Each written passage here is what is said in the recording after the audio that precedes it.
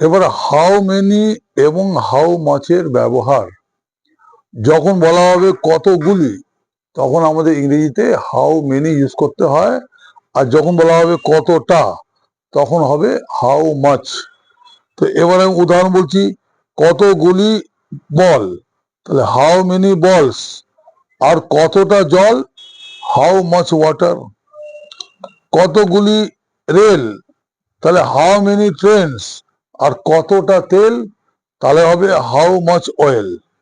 এবার আমি বলছি, তোমরা ওটাকে ইংরেজিতে লেখার চেষ্টা করবে। হ্যাঁ, ভালো করে শোনো।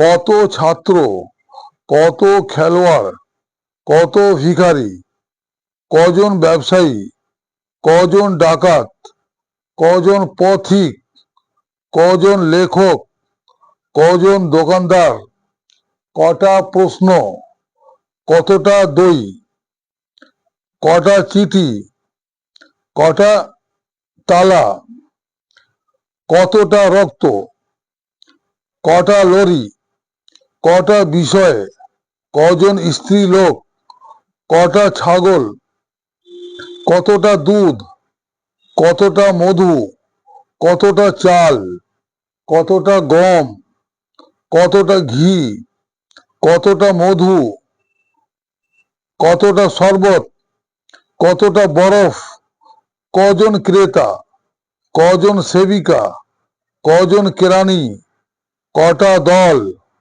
কটা চাবি, কত পাহাড়, কটা মোমবাতি, কটা জাল, কটা অভিধান, কটা ধর্ম।